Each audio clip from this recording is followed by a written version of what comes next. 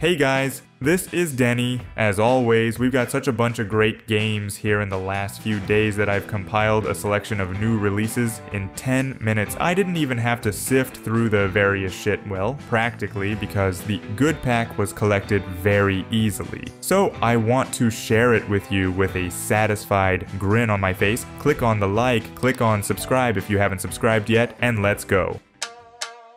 Do you miss adrenaline and dynamic gameplay? The perfect place to get it all? Good old Crossout. Tense battles, dozens of different vehicles, and hundreds of parts for their customization are waiting for you.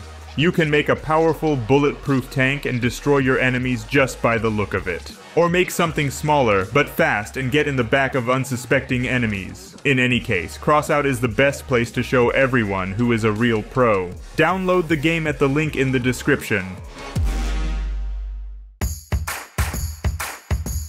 Let's start with the second part of the greatest puzzle, the Talos Principle 2. And I'll tell you right in front of you, the second part turned out no worse than the first one, if not even better. You will have to go on an adventure in a world where people have disappeared, but their culture continues to live in a city of robots. Your task is to unlock the secrets of the mysterious structure and learn more about the nature of the universe and the fate of civilization. To achieve your goal, you must solve various challenges and puzzles of varying levels of difficulty. Thanks to new abilities like gravity control and consciousness transfer, you will be able to overcome obstacles and explore more than a dozen different zones. Essentially, it's an interactive story with multiple endings that will allow you to better understand the world and ponder philosophical questions. Besides, you'll enjoy the amazing music in the background. It's really beautiful here.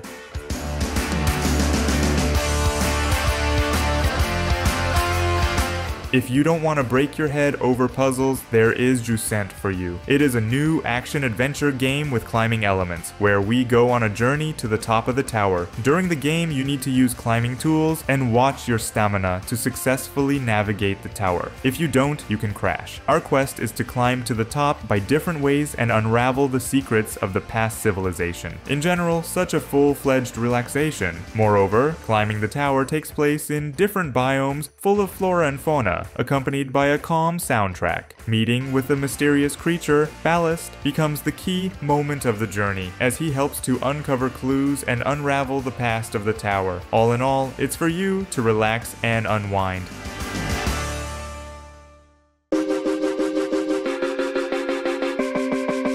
This is the one I've been waiting for, Ghostrunner 2, a hardcore first-person slasher with a post-apocalyptic cyberpunk theme. The game takes place in the future, a year after the events of the first installment, where the mistress of the keys and her tyranny has fallen. The protagonist, Jack, returns to fight the cyber ninja cult and decide the fate of humanity. We are waiting for battles with bosses, exploration of the world outside the tower, complex non-linear levels, and the opportunity to race on a motorcycle like a real cool uncle. 28 years I live, all 28 years I want to buy a bike. Horror. Battles here, by the way, with bosses became more interactive, which is cool. Plus in the game, added new skills for more inventive fulfillment of tasks.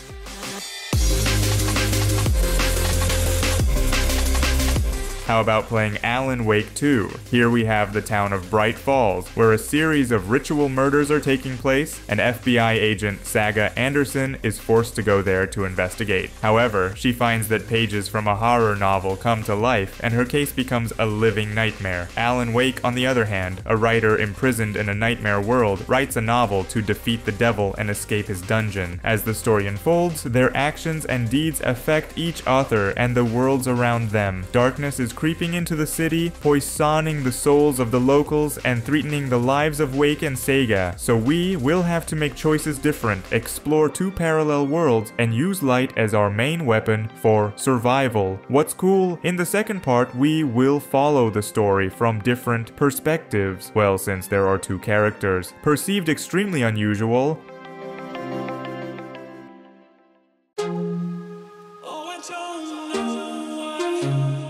Riot continue to make great games. Here we have Song of Nunu, a League of Legends story, a single-player game that tells the story of a boy Nunu and Bigfoot Willump who go on a journey across the frozen lands. During this adventure, they become close friends and find new allies and enemies. The themes of family, friendship, and magic form the basis of the game. We play mostly as Nunu, who is trying to find his mother, and sometimes for his faithful friend Willem. Together they explore the local world, saving each other from dangers. Plus there will be encounters with familiar League of Legends characters like Braum, Ornn, Lysandra, and so on. Overall, the thing is straight up enjoyable.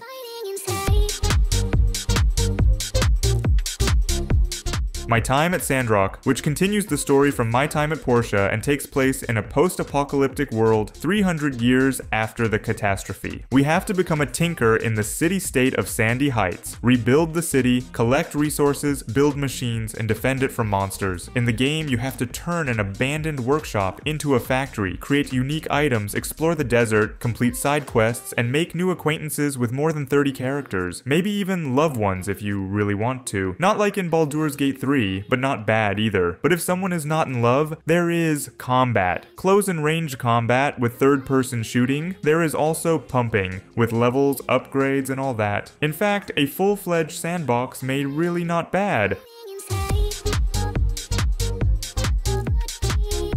More, the second part of For the King is out. Here, all the action takes place in the kingdom of Farul, where the former Queen Rosamond made an alliance with evil forces and threw her subjects into the mines. We sniffing coals is not our thing, so we gather a team of 4 players in co-op and set off on a journey through Farul. If you don't have any friends, you can go solo. It's not critical. Our main quest is to fight the Tyrant Queen and put an end to her rule. Updated engine compared to the first part makes the gameplay more enjoyable, and procedurally generated map provides uniqueness of each passage. Team, by the way, you can gather 12 unique characters, which have their own skills, and battles are mostly turn-based. In general, the thing is decent, but still a little bit with bugs, so keep in mind.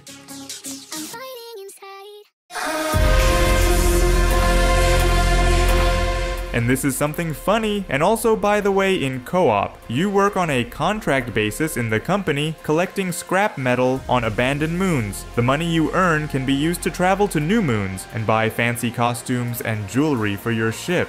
You know, to show off to your friends. But if, at first, the game may seem easy, but further on it starts to be a complete shit. You will be hunted by various local inhabitants, mostly when you go somewhere away from your friends. So watch the radar and wave to your friends until night, because at night the shit gets even more intense, and by night your quest is to get off the moon as fast as you can before you get eaten. It's like Dying Light at night. It's the same here, except you don't have much parkour.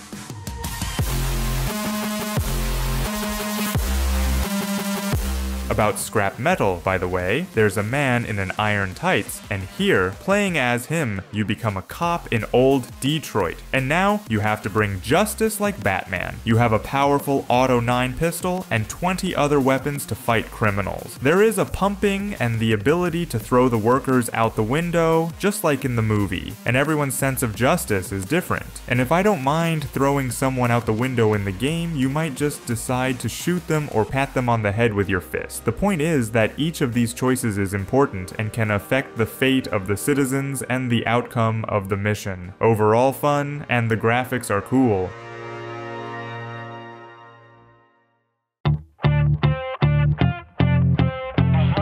Let's take a break from action and relax. Here you have the opportunity to turn your decaying family ranch into a prosperous corner. You will have to restore this junk, repair the house, breed livestock, build cow sheds and pens. To develop the ranch, you need to monitor its profitability and ensure healthy growth of livestock. Plus, you can earn income from growing crops, making sausage and cheese, and bartering horses at the market. Yes, seriously. You can even go bear and deer hunting in the wilderness surrounding the ranch, but be careful because you can be eaten by wolves, for example. It's a fun sandbox, almost peaceful.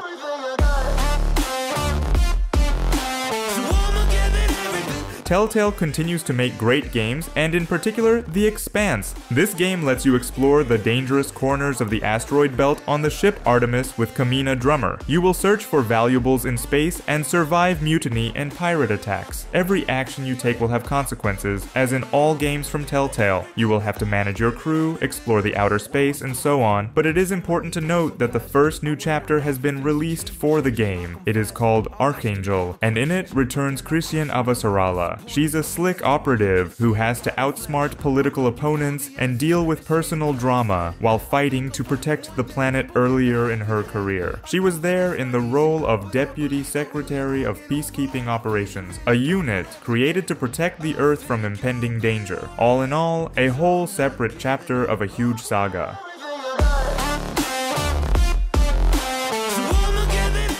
And here you will also have to make difficult decisions which will influence the development of the plot. This is, if anything, Phantom Blade Executioners, an extremely beautiful and stylish ARPG. There are a lot of choices at literally every stage of the game. In battles, you can create different combinations of skills depending on what you put there, and given that this is primarily a RPG, you can naturally improve the character and rock it, and you improve it with the help of phantom bonuses. These phantoms are connected with the characters and the plot of the game, and each phantom has its own story, which is also quite interesting. Most of them can be obtained in dungeons, and generally in combat. Well, or by making certain choices. In fact, I don't even know what to compare the game with to make it clearer. It seems to be completely original.